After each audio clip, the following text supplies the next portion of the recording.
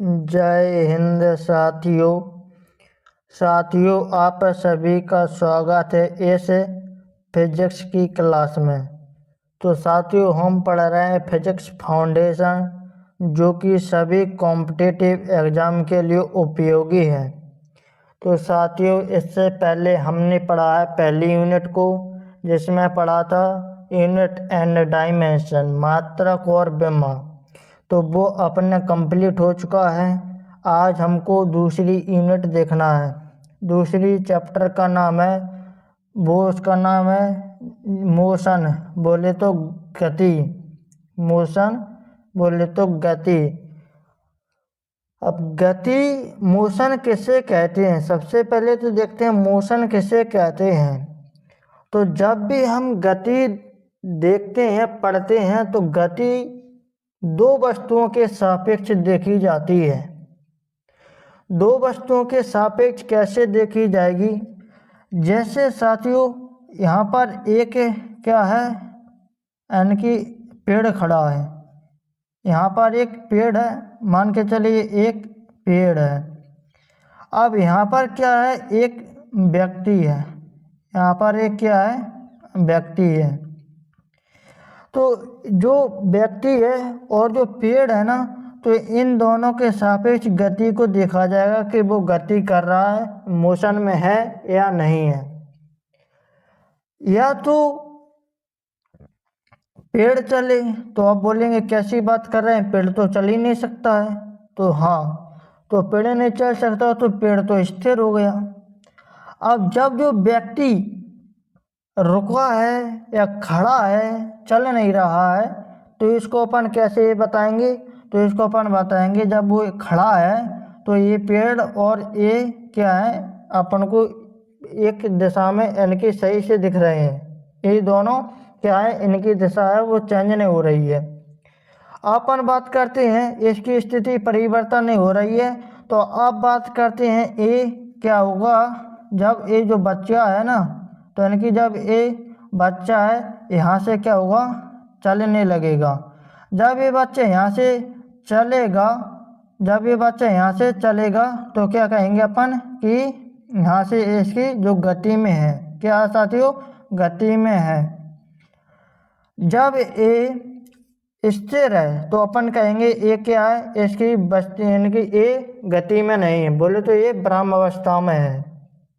जबकि ये चलने लगेगा तो अपन को क्या दिखेगा, इनकी स्थिति में परिवर्तन दिखेगा। कैसे दिखेगा कि जो बच्चा है ना, वो तो क्या कर रहा है, इनकी अपनी स्थिति में इनकी पैदल चल रहा है, जबकि जो पेड़ है वो स्थिर है। तो अपन को इसकी स्थिति में परिवर्तन होते दिख रहा होगा। आप बोलेंगे हाँ, तो अपन इसको कहते हैं कि ये गति में है। जबकि अब ये दोनों मान के चलिए दोनों वस्तु हैं, पेड़ और दोनों मान के चलिए गति में हो गए, तो अपन कहेंगे कि ये क्या है, अपन को इनकी स्थिति है वो परिवर्तन होते दिख रही है क्या? तो आप बोलेंगे नहीं दिख रही है। क्यों नहीं दिख रही है? क्योंकि ये दोनों साथ साथ गति कर रहे हैं, तो इनकी स्थिति, इनकी, इसको अपन कहते हैं कि जो गति है ना, गति को हमेशा दो वस्तुओं के सापेक्ष देखी जाती है, जिसमें से एक वस्तु स्थिर होती है और एक वस्तु गति करती है। तो इसमें अपन देखते हैं कि वस्तु गति में है। जैसे हम ट्रेन में यात्रा करते हैं या किसी भी तरीके से अपन चलते हैं, तो अपन को पेड़ होते हैं वो चलते हुए प्रतीत होते हैं, जबकि वास्तविक में ऐसा नहीं होता। पेड़ स्थिर होते हैं, जबकि अपन क्या होते हैं, अपन क्या होते हैं, गति में होते हैं। अब वो अपने सापेक्ष क्या है, गति ब्रह्म में, अपन उनके सापेक्ष क्या है, गति में, इसलिए अपन को पेड़ है वो चलते हुए प्रतीत होते हैं। अब अपन बात करते हैं, इसमें अपन को पढ़ना है दूरी। दूरी किसे कहते हैं, दूरी किसे कहते हैं? तो दूरी है ना, तो वास्तविक मार्ग की लंबाई को दूरी कहते हैं। सदैव दूरी पॉजिटिव होगी, राशि अदिश राशि होती है, विमा एल होती है, या इसको कहते हैं m0 LT की घात 0। तो इसे जो अपन ने पिछली जो क्लासेस है ना, उनमें अपन ने विमा निकालनी सीख लिया था। तो अपन बात करते हैं एक रास्ते के बारे में। जैसे यहाँ से एक क्या है, वृत्तीय मार्ग है, एक वृत्ताकार मार्ग है, वृत्ताकार मार्ग है। अब मान के चलिए यहाँ से एक व्यक्ति है, वो यहाँ से चला, कहाँ तक चला, कहाँ से चला, यहाँ तक जाता आ गया, बोले तो वापस वहीं की वहीं आ गया। तो इसमें आप बात करते हैं, इसमें अपन दूरी निकालेंगे। क्या निकालेंगे साथियों? दूरी निकालेंगे। तो दूरी क्या हो जाती है? दूरी हो जाती है वृत्त की परिधि। वृत्त की परिधि होती है 2πr। और कितने चक्कर लगाए? अगर उसने एक चक्कर लगाया तो n की जगह 1 आ जाएगा, और अगर उसने 2 चक्कर लगाया तो 2 आ जाएगा, और अगर 3 लगाए तो 3 आ जाएगा। तो n बराबर कितने आ जाएगा? 3 आ जाएगा। तो वृत्तीय मार्ग में तय की गई दूरी क्या होती है? तो वृत्तीय पथ के लिए दूरी होती है, वो होती है 2πr इंटू n। n क्या होती है? चक्करों की संख्या। 2πr क्या होती है? तो इनकी वृत्त की परिधि। तो इनकी जो वृत्ताकार पथ है ना, उसकी परिधि। वृत्त की परिधि क्या होती है? तो इनकी 2πr होती है। और जो डायमीटर होता है, जो बोले तो व्यास होता है, वो 2r के बराबर होता है। क्या साथियों? 2r के बराबर होता है। यहाँ से यहाँ तक त्रिज्या, तो यहाँ से यहाँ तक पूरा क्या हो जाएगा? ये हो जाता है व्यास। क्या हो जाता है? डायामीटर, व्यास। तो इनकी 2r की जगह अपन क्या लग सकते हैं? d लग सकते हैं। तो πd इंटू n, वृत्त का व्यास। d क्या है? वृत्त का व्यास, डायामीटर। तो अपन ने देखा है कि जो दूरी होती है, दूरी अपन कहते हैं वास्तविक मार्ग की जो लंबाई होती है, उसी को अपन दूरी कहते हैं। मान के चलिए यहाँ से एक रास्ता गया इस तरीके से, इस तरीके से, इस तरीके से। अब यहाँ से कोई बच्चा है, वो यहाँ से इस तरीके से पैदल गया, यहाँ से यहाँ तक, तो यहाँ तक गया। तो यहाँ से इसकी जो जितने भी जो पथ है ना, पथ की जितनी लंबाई है, उतने ही इसने क्या की? इसकी दूरी तय कर ली। तो कितनी दूरी तय कर ली? तो इतनी जितनी जो पथ की लंबाई है, पथ की लंबाई है। तो दूरी हमेशा जितने बड़ा मार्ग होता है, जितना बड़ा यानी पथ होता है, उतनी ही अपनी दूरी होती है। तो जितनी लंबाई पथ की होगी, उतनी ही अपनी जो दूरी होगी। तो अपन ने क्या देखा कि जो दूरी होती है ना, तो दूरी वास्तविक मार्ग की लंबाई होती है। क्या होती है साथियों? वास्तविक मार्ग की लंबाई होती है। अब बात करते हैं, दूरी सदैव पॉजिटिव होती है, ये कभी निगेटिव नहीं होती है। आप बोलेंगे कि यहाँ से यहाँ तक चला था, आप बोलेंगे यहाँ से गया इस तरीके से, अब यहाँ से और जो वापस आया, और वापस से फिर जो इधर और चला गया, पीछे की साइड और चला गया। तो आप बोलेंगे यहाँ से यहाँ तक तो गया, फिर यहाँ से वापस आ गया, फिर यहाँ से यहाँ तक गया, तो यहाँ तो माइनस में हो जाएगा। नहीं। तो इनकी जो दूरी होती है ना, तो दूरी का मतलब ही होता है कि जो जितनी उसने दूरी तय की, यानी कि पथ की लंबाई है, जितनी पथ की लंबाई है वो दूरी होती है।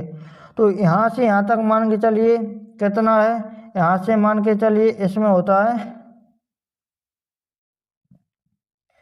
यहाँ से यहाँ तक कितनी ली उसने मान के चलिए, यहाँ से अपन ने मान के चलिए 5 मीटर ली। यहाँ से यहाँ तक 5 मीटर थी, तो यहाँ से यहाँ तक गया 5 मीटर, यहाँ से वापस आया फिर इनकी 5 मीटर, तो 5 और 5 10 मीटर। अब बात करते हैं, 5 और 5 10 मीटर हो गई। अब बात करते हैं इसमें अपन यहाँ से यहाँ तक की, यहाँ से यहाँ तक होती है, तो उसको अपन मान लेते हैं 3 मीटर। यहाँ से यहाँ तक 3 मीटर मान लेते हैं, तो इनकी ये हो जाती है 3 मीटर। तो ये हो जाती है टोटल 13 मीटर। तो उसने टोटल दूरी कितनी कर ली? 13 मीटर। तो इसका मतलब है कि जो दूरी होती है वो हमेशा पॉजिटिव होती है। और बात करते हैं, दूरी एक अदिश राशि होती है। दूरी की कोई दिशा फिक्स नहीं होती है, दूरी अपन किसी भी तरीके से चल सकती हैं। अपन बात करते हैं कि विमा भी अपन ने देख ली कि जो दूरी होती है ना, तो दूरी की विमा होती है L। बोले तो m0 L t⁻0, तो ये भी अपन कह सकते हैं। इसका मतलब एक ही होता है। वृत्तीय पथ की जो दूरी होती है वो 2πr/n होती है। n का होता है वृत्तीय, n की जो वृत्त के चक्रों की संख्या होती है।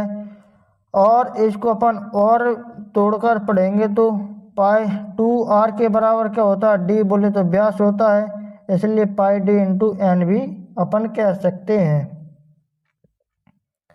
तो अपन ने देख लिया कि जो दो मोशन होता है ना, तो मोशन गति होती है वो हमेशा दो वस्तुओं के सापेक्ष निकाली जाती है। अब बात करते हैं दूरी होती है, तो दूरी जो जितने जो पथ की लंबाई है ना, तो उस पथ के लंबाई के बराबर क्या होती है, दूरी होती है। मान के चलिए जिसने वास्तविक पथ की लंबाई क्या होती है, दूरी होती है। जैसे यहाँ से वहाँ तक आधे दूर तक चला, तो आधे दूर तक मान के चलिए इसकी जो टोटल 5 मीटर थी, तो यहाँ तक हो जाएगी 2.5 मीटर। तो यानी कि जितने पथ की लंबाई चलेगा उतनी ही दूरी कहलाएगी। दूरी हमेशा सदैव कैसी होती है, पॉजिटिव होती है और अदिश राशि होती है। बेमा अपन ने देख ही ली है, तो अपन ये दूरी समझ में आ गई होगी साथियों। आगे बात करते हैं, जैसे कि बात करते हैं कि 14 मीटर व्यास वाले वृत्तीय पथ पर गतिशील एक वस्तु द्वारा 1.5 चक्कर पूरा करने में तय की गई दूरी क्या होगी। तो यहाँ पे क्या दिया दिया, यानी कि लंबाई है ना, यानी कि लंबाई 14 मीटर व्यास है, तो यानी कि व्यास से डी बराबर क्या है, तो यानी कि 14 मीटर ये क्या है, व्यास। अब बात करते हैं कि चक्कर कितना लगा रहा है, तो n बराबर 1.5 चक्कर लगा रहा है। तो यहाँ से अपन जानते हैं कि दूरी, तो जो दूरी होती है वो होती है यानी कि πd/n होती है। तो पाई बराबर होता है 22/7 या 3.141 होता है। तो यानी कि 22/7 रखेंगे, और डी का मान कितना है, तो डी का मान है 14 मीटर, तो 14 रखेंगे। और एन की जो चक्कर एन की संख्या कितनी है, 1.5, तो 1.5 को अपन क्या रख सकते हैं, अपन यहाँ से पॉइंट हटाएंगे तो नीचे 10 आएगा, इसको अपन काटेंगे तो ये कितना आ जाएगा, यहाँ पे जाएगा इस तरीके से। तो 5 या 15, 5 दूनी 10, तो यानी कि यहाँ पर अपन रख सकते हैं 3/2। तो यहाँ पर ने 3/2 रख दिया। अपन बात करते हैं कि इसको अपन काटेंगे तो 7 भी 2 भी जाएगा 14, और 2 से 2 जाएगा तो कुछ नहीं। और अब बात करते हैं 22 का गुणा 3 में करेंगे तो 22 या 66, तो यानी कि 66 मीटर इसकी क्या हो जाएगी, दूरी हो जाएगी। अब बात करते हैं कि ओडोमीटर है ना, तो ओडोमीटर से क्या मापते हैं, वाहन द्वारा तय की गई दूरी को अपन यानी कि ओडोमीटर के द्वारा मापते हैं। तो आपसे यहाँ से एक क्वेश्चन ऐसा पूछा जाएगा कि जो वाहन होता है, तो वाहन द्वारा तय की गई दूरी किससे मापेंगे, तो वाहन द्वारा तय की गई दूरी को अपन ओडोमीटर से मापते हैं।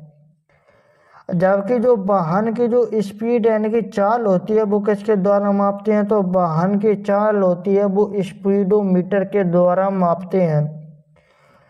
अब अपन बात करते हैं आगे क्या होता है, विस्थापन होता है, जिसे अपन कहते हैं डिस्प्लेसमेंट। क्या कहते हैं साथियों, डिस्प्लेसमेंट कहते हैं।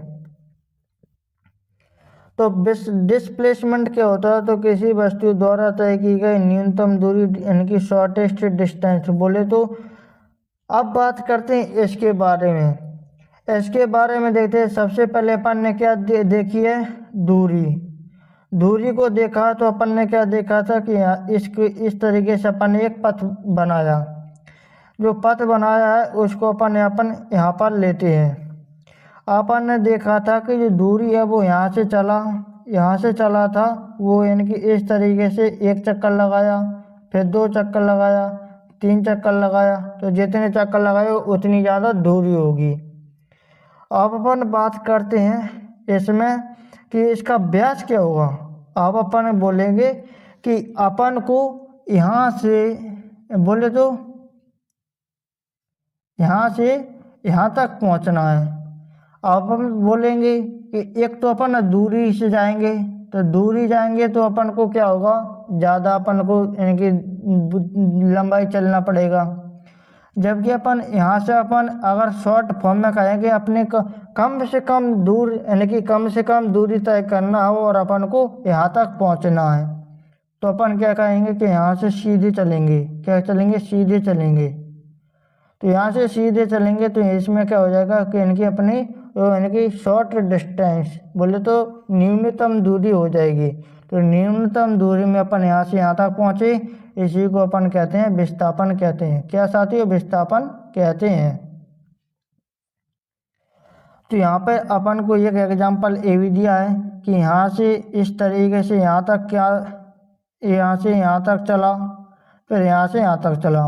तो यहाँ से जो इस तरीके से टेढ़ा टेढ़ा चल रहा था इसे अपन कहते हैं दूरी, और जबकि यहाँ से सीधे बिल्कुल सीधे ऐसे अपन कहते हैं विस्थापन, डिस्प्लेसमेंट कहते हैं। तो न्यूनतम दूरी को अपन विस्थापन कहते हैं। जैसे कि अपन बोल देते हैं अपन रास्ते से जाएंगे तो क्या होगा, रास्ते से जाते हैं तो क्या होता है, वो होता है दूरी। अगर अपन उस रास्ते से बिल्कुल सीधे चलेंगे तो यानी कि सीधे चलेंगे तो हो जाता है विस्थापन। अपन बात करते हैं जो विस्थापन है पॉजिटिव भी हो सकता है, निगेटिव भी हो सकता है, शून्य भी हो सकता है, तीनों स्थितियां हो सकती हैं। तो जबकि जो दूरी है ना, तो दूरी हमेशा पॉजिटिव होती है। विस्थापन पॉजिटिव भी हो सकता है, निगेटिव भी हो सकता है, शून्य भी हो सकता है। शून्य कैसे होता है कि जैसे कि मान के चलिए एक वृत्ताकार पथ है, अब जैसे मान के चलिए यहाँ से वो चला और जहाँ की तक आ गया, अपनी पोजीशन में पहले की स्थिति में आ गया, तो वहाँ पे विस्थापन क्या हो जाएगा, शून्य। क्या हो जाएगा साथियों, शून्य। जैसे मान के चलिए यहाँ से यहाँ तक चला, फिर यहाँ से इधर आ गया, तो इधर क्या हो जाएगा, माइनस में हो जाएगा, विस्थापन क्या हो जाएगा, माइनस में हो जाएगा। तो इनकी पॉजिटिव और निगेटिव और शून्य, इन तीनों को अपन को याद करना है कि जो विस्थापन होता है वो हमेशा न्यूनतम दूरी होती है, और पॉजिटिव निगेटिव शून्य तीनों हो सकता है, और एक कैसी राशि है, सदिश राशि है। इसमें अपन को दिशा पता चलता है ना कि अपन को किस दिशा में जाना है। जैसे मान के चलिए यहाँ से इस तरीके से यहाँ पर जाना है, यहाँ पे जाना है, कहाँ से, यहाँ से। तो यहाँ से अपन चलेंगे तो इस तरीके से यहाँ से चलेंगे तो ये तो हो जाती है दूरी। जबकि दूरी तो अपन को नहीं पता है कहाँ पर जाना है, जबकि जो विस्थापन है, विस्थापन को अपन को सीधा पता चल रहा है कि यहाँ से अपन को यहाँ पर जाना है, तो किस तरीके से जाएंगे, तो यानी कि यहाँ से सीधे यहाँ पर जाएंगे तो सीधे जाएंगे, तो इसको अपन को दिशा पता चल रहा है कि अपन को इस दिशा में जाना है। तो जो विस्थापन हो जाता है ना, तो विस्थापन यानी कि सदिश राशि होती है। विस्थापन की जो विमा है ना, वो भी एल होती है, और ऐसा यूनिट मीटर होती है। दूरी और विस्थापन अपन को समझ में आ गया है। अब बात करते हैं कि जो इनिशियल एंड फाइनल पॉइंट को मिला देने पर यानी कि जो शॉर्टेस्ट डिस्टेंस होती है वो डिस्प्लेसमेंट कहलाती है। विस्थापन होता है वो x2 माइनस के x1 होता है। तो अपन बात करते हैं कि यहाँ से कहाँ कह रहा है, यानी कि इनिशियल और फाइनल। तो प्रारंभिक और अंतिम बिंदु है ना, तो प्रारंभिक और अंतिम बिंदु को मिला देने से क्या बन जाता है, उसी को अपन क्या कहते हैं, यानी कि डिस्प्लेसमेंट बोले तो विस्थापन कहते हैं। तो न्यूनतम दूरी को अपन विस्थापन कहते हैं, जो तो अपन पढ़ ही रहा है। अपन बात करते हैं कि विस्थापन होता है वो x2 माइनस के x1 होता है। क्या होता है साथियों, x2 माइनस के x1। इसका मतलब समझते हैं कि x2 और x1 क्या है, तो यानी कि x2 और x1 विस्थापन यहाँ से यहाँ तक की मान के चलिए यहाँ पर बराम में 0 पर था और यहाँ पे चला 5 मीटर, तो यानी कि 5 में से 0 हो जाएगा तो कितना मीटर चलेगा, 5 मीटर चलेगा। तो इस तरीके से यानी कि विस्थापन होता है वो x2 माइनस के x1। जो फाइनल पॉइंट होता है ना, तो फाइनल पॉइंट माइनस के इनिशियल पॉइंट, तो इस तरीके से जो विस्थापन होता है वो x2 माइनस के x1 हो जाता है। अब बात करते हैं स्ट्रेट लाइन। एक सीधी रेखा है ना, तो एक सीधी रेखा के लिए बात करते हैं, तो एक सीधी रेखा की बात करेंगे। एक सीधी रेखा है ना, तो उसकी बात करते हैं। सीधी रेखा की बात करेंगे, तो सीधी रेखा के लिए क्या बोला है कि स्ट्रेट लाइन है ना, तो स्ट्रेट लाइन के लिए, तो जो स्ट्रेट लाइन है ना, तो स्ट्रेट लाइन, तो दूरी के लिए क्या हो जाता है, तो दूरी बराबर विस्थापन। स्ट्रेट लाइन अगर यहाँ से क्या है, यहाँ से चला है और यहाँ तक, तो यहाँ से एक सीधी दूरी है, सीधी दूरी जैसे कि रस्सी पर चलते हैं ना, है कि जैसे रस्सी पर वो चलते हैं ना, तो इनकी वो क्या हो जाती है, एक सीधी दूरी हो जाती है। और बात करते हैं जैसे कि ट्रेन की, और बात करते हैं जैसे कि जो होते हैं ना, और कौन सी दूरी होती है जो कि एक स्ट्रेट लाइन में होती है, तो इस तरीके से क्या होती है, इनकी रेखीय पथ की दूरी, तो ये हो जाती है स्ट्रेट लाइन की दूरी के लिए अपन देखते हैं। तो जब अपन रेखीय यानी कि दूरी के लिए अपन देखते हैं, तो उसमें विस्थापन और जो दूरी है ना वो समान हो जाता है। एक स्ट्रेट लाइन के लिए दूरी और विस्थापन समान हो जाता है।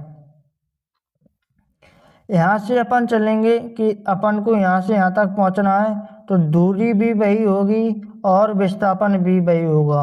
अपन इस तरीके से तो नहीं जा सकते हैं क्योंकि यहाँ से रास्ता तो एक ही है, तो इनकी जो कहीं कहीं पर जो विस्थापन है ना वो दूरी के बराबर भी हो सकता है और दूरी से कम हो सकता है और शून्य भी हो सकता है, लेकिन विस्थापन दूरी से कभी भी अधिक नहीं होता है। तो जो दूरी और विस्थापन का अनुपात होता है वो यानी कि 1 के बराबर हो जाता है। क्या साथियों, 1 के बराबर हो जाता है। तो जब दूरी और विस्थापन बराबर हो जाते हैं स्ट्रेट लाइन की कंडीशन में, तो उसे अपन कहते हैं दूरी और विस्थापन का अनुपात 1 हो जाता है। जब अपन विस्थापन को इनकी इसके नीचे लाएंगे तो इधर क्या बचेगा, 1, एक इसके बट्टे में आ जाएगा तो दूरी के बट्टे में आ जाएगा। तो इस तरीके से दूरी और विस्थापन का अनुपात 1 हो जाता है। अब यहाँ पर एग्जांपल लिया है कि यहाँ से यहाँ तक क्या है, ए पॉइंट और बी पॉइंट, यहाँ से यहाँ तक की दूरी कितनी है, यहाँ से यहाँ तक की है 10 मीटर की दूरी। तो अपन बोलेंगे अपन को यहाँ से यहाँ तक की चलेंगे तो कितना मीटर चलेंगे, 10 मीटर की दूरी चलेंगे। अब यहाँ से यहाँ तक अपन को जाना, तो ये भी तो सीधी लाइन है, तो इसको अपन विस्थापन भी कहते हैं। तो दूरी और विस्थापन जो स्ट्रेट लाइन होती है उसमें बराबर हो जाते हैं। जब बराबर हो जाते हैं तो दूरी और विस्थापन का अनुपात 1 हो जाता है। अब बात करते हैं कि इनके नॉट स्ट्रेट लाइन, जब स्ट्रेट लाइन की कंडीशन नहीं होती है, जिस तरीके से यहाँ पे दिया ना, इस तरीके से नॉट स्ट्रेट लाइन, तो इस तरीके से जो दी है ना, इसको अपन कहते हैं कि अगर जो सीधी रेखा नहीं है तो उसमें क्या हो जाता है, दूरी हमेशा बड़ी होती है, विस्थापन हमेशा छोटा होता है। कौन सी कंडीशन में, तो वो होती है यानी कि जो सीधी लाइन इनकी सीधी रेखा नहीं है। तो जब सीधा पथ या सीधा रास्ता नहीं होता है तो उस कंडीशन में दूरी हमेशा ज़्यादा होगी और विस्थापन हमेशा कम होगा। जैसे कि अपन बात करते हैं कि अपन को इस तरीके से यहाँ पर जाना है, यहाँ से यहाँ तक जाना है, तो इसमें अपन कहेंगे दूरी चलेंगे तो इस तरीके से जाएंगे तो दूरी हो जाएगी, यहाँ से यहाँ तक चलेंगे तो दूरी हो जाएगी। अपन कहेंगे अब इसमें विस्थापन, अपन कहेंगे सीधी रास्ते को अपन क्या कहते हैं, विस्थापन। तो यहाँ से अपन इसको जोड़ेंगे तो इसमें इसका दूरी क्या होगी, ज़्यादा, और विस्थापन क्या होगा, छोटा। तो इनकी इसमें दूरी तो हो जाती है बड़ी और विस्थापन होता है छोटा। तो जब स्ट्रेट लाइन बोले तो सीधा रास्ता नहीं होता है, सीधे रास्ते में दूरी हमेशा बड़ी होती है, विस्थापन हमेशा छोटा होता है। तो दूरी और जो विस्थापन का जो अनुपात होता है वो 1 से क्या होता है, यानी कि 1 से छोटा होता है। सॉरी दूरी और विस्थापन का अनुपात 1 से बड़ा होता है, क्योंकि ये किसका साइन है, तो यानी कि ए बड़ा का साइन है, बड़ा। अब अपन बात करते हैं कैसे कि मान के चले यहाँ से अपन ने इस तरीके से चलाया था, तो इसने मान के चले 10 मीटर की दूरी तय की। यहाँ से यहाँ तक विस्थापन कितना है, यानी कि 3 मीटर का, ये 3 मीटर विस्थापन है। तो यानी कि 10 में 3 का भाग लगाएंगे तो क्या आएगा हमेशा, यानी कि 3.33 आएगा। तो इस तरीके से कि जो दूरी और विस्थापन का अनुपात होता है, जब दूरी बड़ी होती है, अधिक होती है, तो दूरी और विस्थापन का अनुपात हमेशा 1 से बड़ा होता है। तो अपन ने देखा क्या, कितनी कंडीशन अपन ने देख ली, 2 कंडीशन। कौन कौन सी, एक होती है स्ट्रेट लाइन की कंडीशन, एक होती है नॉट स्ट्रेट लाइन की कंडीशन। जो एक सरल रेखापात होता है या एक रेखीय पथ होता है, तो उसमें क्या होता है, दूरी और विस्थापन बराबर हो जाता है। तो उस कंडीशन में दूरी और विस्थापन का अनुपात 1 के बराबर हो जाता है।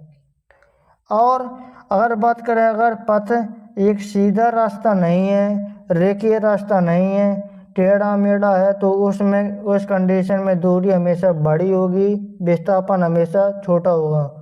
अब बात करते हैं कि और दूरी और विस्थापन का अनुपात हमेशा 1 से बड़ा ही रहेगा। तो इस तरीके से अपन ने 2 कंडीशन यहाँ पे देख ली है। अब अपन बात करते हैं कि यदि कोई वस्तु अपनी गति की दिशा को बदले बिना एक सरल रेखा पर गति करे, तो इस स्थिति में दूरी और विस्थापन बराबर हो जाता है। अब ये क्या कह रहा है कि यदि कोई वस्तु है ना, यदि कोई वस्तु अपनी गति की दिशा को बदले बिना एक सरल रेखा पर गति करे, तो इस स्थिति में दूरी विस्थापन के बराबर हो जाता है। तो इसका मतलब यही है कि यहाँ से जो सीधी रास्ता है ना, तो इसने क्या कहा, वस्तु अपनी गति की दिशा को बदले बिना, अब इस तरीके से चल रही है। अब इसने अपनी दिशा को नहीं बदला, तो इस तरीके से ये चल रही है। अब इसने इस तरीके से रास्ता बदल दिया, तो यानी कि इसको नहीं बदलना है। क्या करना है, अपनी रास्ता को बदले बिना, तो यानी कि बदले नहीं, तो एक सरल रेखा पर यानी कि गति करे, तो इस स्थिति को यानी कि दूरी और विस्थापन के बराबर हो जाती है। तो इसको अपन ने देख लिया है।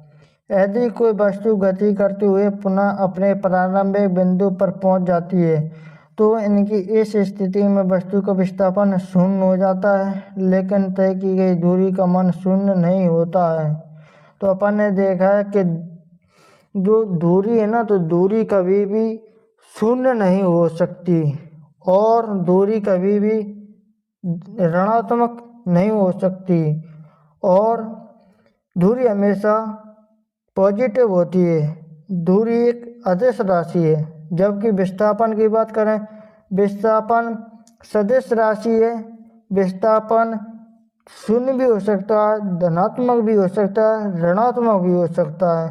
और बात करें कि जो विस्थापन होता है, विस्थापन एक सदिश राशि होती है।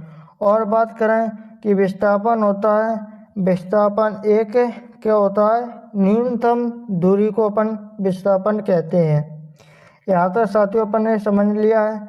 आगे बात करते हैं कि एक खिलाड़ी एक गेंद को सीधी ऊपर की ओर फेंका जाता है। गेंद h ऊंचाई पर प्राप्त करके पुनः खिलाड़ी के हाथ में आ जाती है, तो इस गेंद द्वारा तय की गई कुल दूरी तथा कुल विस्थापन का अनुपात क्या होगा।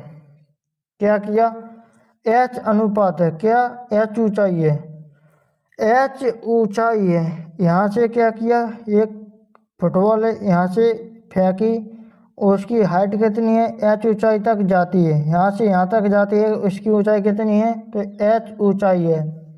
फिर दोबारा यहाँ से दोबारा नीचे आएगी, तो यानी कि h ऊंचाई तक आएगी।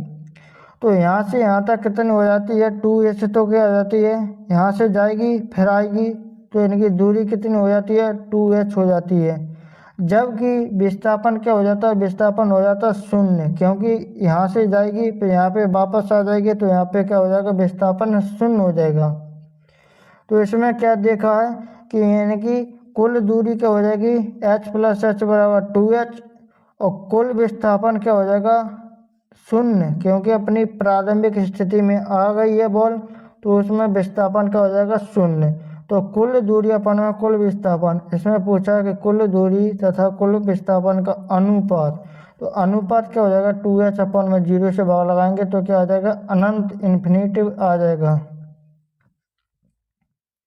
आगे बात करते हैं कि r त्रिज्या वाली वृत्तीय पथ पर गतिशील एक वस्तु परिधि का 3/4 परिधि है ना, परिधि का 3/4 चक्कर पूरा करती है, तो उस बिंदु पर वस्तु का विस्थापन क्या होगा।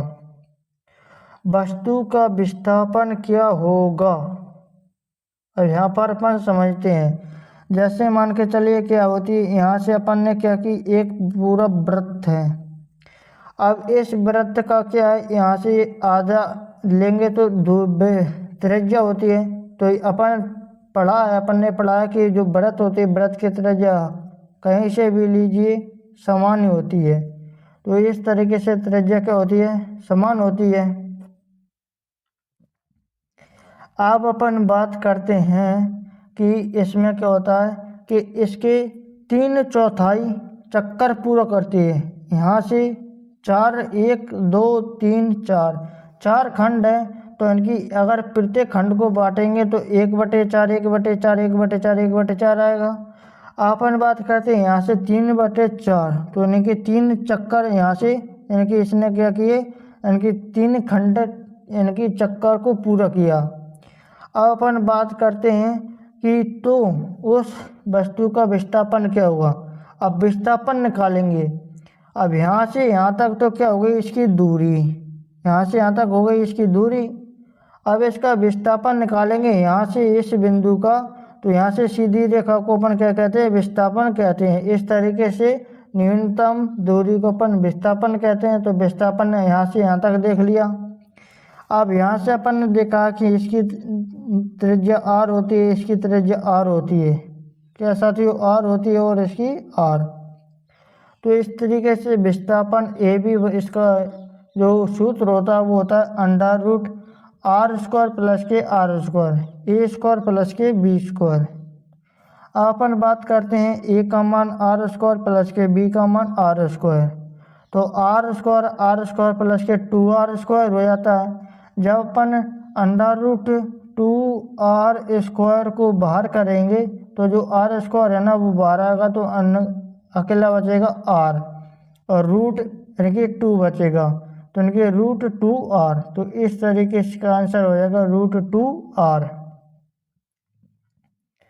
यहाँ तक देख लिया साथियों। अब अपन बात करते हैं कि r त्रिज्या वाली वृत्तीय पथ गतिशील किसी वस्तु का विस्थापन, तो r त्रिज्या वाली वृत्तीय पथ पर गतिशील किसी वस्तु का विस्थापन क्या होगा।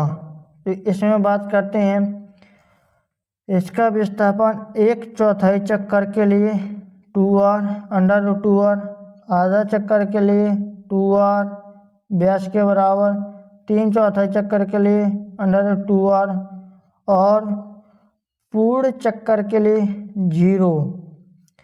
तो आपको यहाँ पर नोट करना होगा, क्या करना होगा, यहाँ से सीधे सवाल बनता है कि अगर कोई पिंड है वो वृत्तीय पथ पर चक्कर लगा रहा है, अगर उसने 1/4 चक्कर पूरा कर लिया है तो उसकी दूरी क्या होगी, विस्थापन क्या होगा।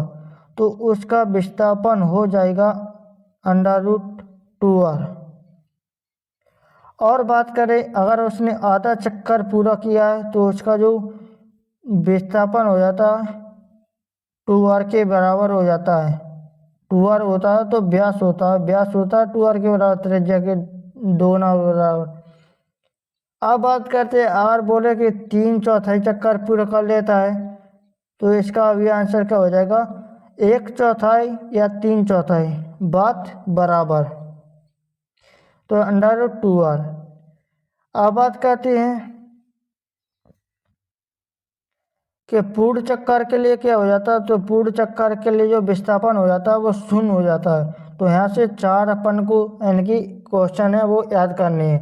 अपन बात करते हैं कि यहाँ से क्या है, चित्र में विस्थापन क्या होगा। यहाँ पे एक चित्र दिया है, कौन सा, ए वाला। तो इसमें क्या दिया है कि 2 मीटर 2 मीटर 2 मीटर, इसमें भी 2 मीटर 2 मीटर 2 मीटर और 2 मीटर। तो इनकी कितना है, पूरा 2 गुणा 2 प्लस 2 प्लस 2 प्लस 4 बराबर हो जाता 8। 2 2 2 2 तो हो जाता कुल दूरी कितनी हो गई, 8 मीटर। अब बात करते हैं विस्थापन। अब यहाँ से आपको दिख रहा होगा इस तरीके से कि ये यहाँ पे ये क्या बढ़ रहा है, विस्थापन बढ़ रहा है। तो अपन देखते हैं कि कर्ल स्क्वायर बराबर लंबे स्क्वायर प्लस के आधार का स्क्वायर। कर्ल स्क्वायर बराबर लंबे स्क्वायर प्लस के आधार स्क्वायर। तो यहाँ पे अपन ने देखा है कि यहाँ पे क्या होता है, कर्ल 2 उसका लंब है, 2 उसका आधार है। तो यानी कि लंब स्क्वायर प्लस के आधार स्क्वायर, 2 का स्क्वायर 4 और 2 का स्क्वायर 4, तो जो आता है यानी कि 4 8। 8 का अपन कर्ल का स्क्वायर है ना, तो इसको अंडर रूट करेंगे, कर्ल के बराबर आएगा। तो यानी कि आ जाएगा अंडर रूट 8। तो इसको अपन बाहर करेंगे तो 2 अंडर रूट 2। तो इस तरीके से बाहर क्या आएगा, 8 अंडर रूट 8 का बाहर आएगा 2 अंडर रूट 2 मीटर। अब अपन बात करते हैं कि कुल विस्थापन क्या हुआ। कुल विस्थापन है ना, तो यानी कि 2 गुणा अंडर रूट 2 मीटर होता है, और यहाँ से 2 गुणा यानी कि अंडर रूट 2 इसमें भी होता है। तो ये दोनों को जोड़ देंगे तो क्या हो जाएगा, 4 अंडर रूट 2 मीटर इसका विस्थापन हो जाएगा। यानी कि 4 गुणा यानी कि इसमें हो जाता है वर्गमूल के अंदर 2 इंटू मीटर। तो इस तरीके से इसका आंसर हो जाएगा 4 इंटू 2 अंडर रूट 2 मीटर। अब बात करते आगे। तो साथियों आज की क्लास में बस इतना ही। आज की क्लास में बने रहने के लिए धन्यवाद। Thank you.